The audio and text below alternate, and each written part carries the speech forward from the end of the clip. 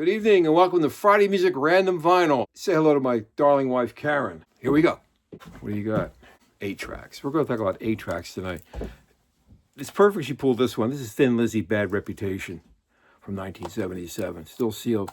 I guess like during the pandemic, I started thinking about, as we all do, a lot of spare time, right? I was thinking about working when I first got into business and 17, 16, 18-year-old kid and working in record stores and things like that.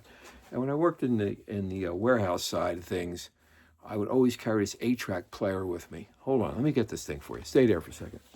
It's an old Panasonic. I bought this when I worked at some department store for like 99 bucks. I was working at this one stop, and we had a turntable there, and we'd play all the albums that would come in. And one day the boss got pissed off. He said, I don't want to hear no more music. Just work.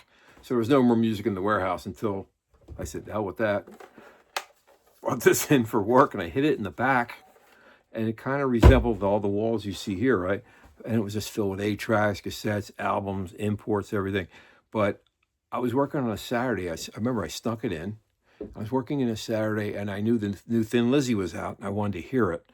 And that was the first 8-track I yanked out of the wall and opened up to listen to. Who would ever think I'd be working with these guys over the years, as well as releasing their albums? But this is a gem. This is one of their greatest albums, Bad Reputation. This and Jailbreak are like the definitives, and Black Rose are just really great albums.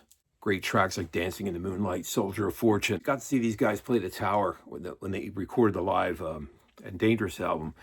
Some of those tracks wound up from the Tower theater shows, and I was at one of the gigs, and Graham Parker opened, and but that brought me to the gig, this 8-track, because it was so fantastic. Thin Lizzy, Bad Reputation. Next! Same era, 1977. Alan Parsons, I, Robot, still sealed. This goes for a lot of bread.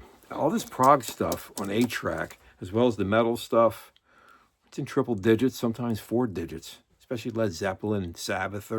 8 tracks are quite the thing. Anyway, I was with Alan Parsons recently, and I said, you got to autograph my 8 tracks. He said, I'm not autographing plastic. I said, okay. And I got an X-Acto knife from his office, and I opened it up, peeled it back, and that's his autograph.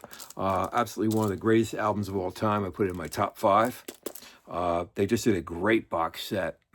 He just did on Cooking Vinyl. It's like 15 CDs, Blu-rays, a vinyl piece. It's in a huge box. Comes with a book, comes with a poster, comes with all kinds of memorabilia from the day. And I had some of those things. I wish I still can find them. A huge 4x4 cardboard stand-up of this album cover. And great songs. I Wouldn't Want to Be Like You, Some Other Place, Some Other Time, Don't Let It Show, Breakdown with the great Alan Clark. Anyway, I, Robot. I've talked about this album before. It's a great one. It's one of the albums that influenced me over the years. Alan Parsons is a great guy. Go see him. He's on tour this year. Go see him. Next, Iron Butterfly. This is the original 1968-69 version on Ampex Atco. Still sealed.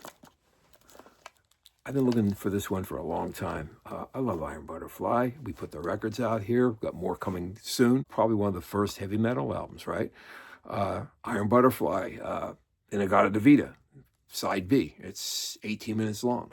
Plus, Most Anything You Want, Flowers and Beads, Determination. Just a great, great album. It's available on vinyl still, not on 8-track. I put it out. There was a market for it. Anyway, there you go. Iron Butterfly, In-A-Gadda-Da-Vida.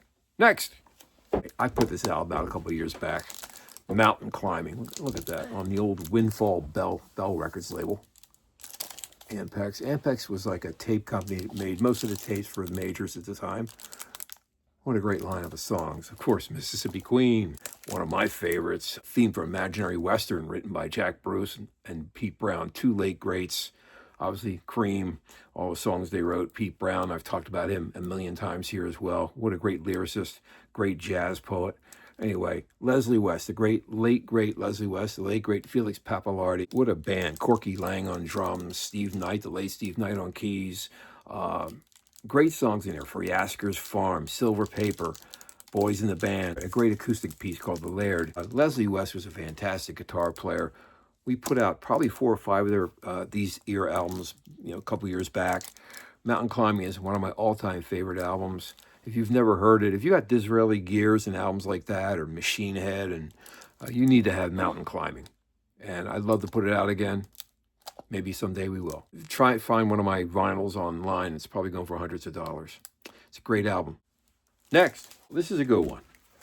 Steve Miller Band, The Joker. Well, you all know Steve's one of my buddies. I've been on a mission to grab everything he's got. When I get crazy with the 8-tracks, I have to have everything, right? Like everybody else, right?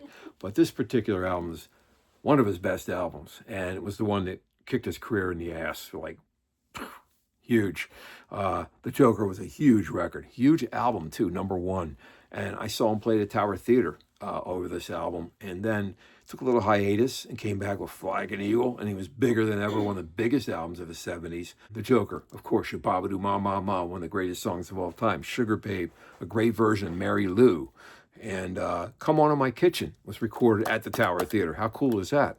He told me one time, he loves Philadelphia. He loved Upper Darby. He's actually, if you go to YouTube, there's a video of him playing, I think in San Francisco, and he called the song Upper Darby Blues. How cool is that? But he loves Upper Darby and Philly because of the Tower. And he wrote Fly Like an Eagle backstage, he told me, at the Tower during the Joker tour. Is that cool?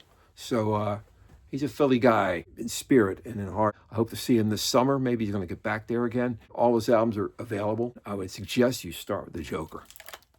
If you've never heard this album, it's just a great album. Boy, I used to play this in 9th grade. I bring this in a 9th grade class, and I wore the grooves out on this thing in wood shop and places like that back in school. Anyway, Steve Miller Band, The Joker. Hope you enjoyed this little 8-track expedition. Craziness, huh? Have a great evening. We'll see you soon. And isn't she the greatest? Look at this.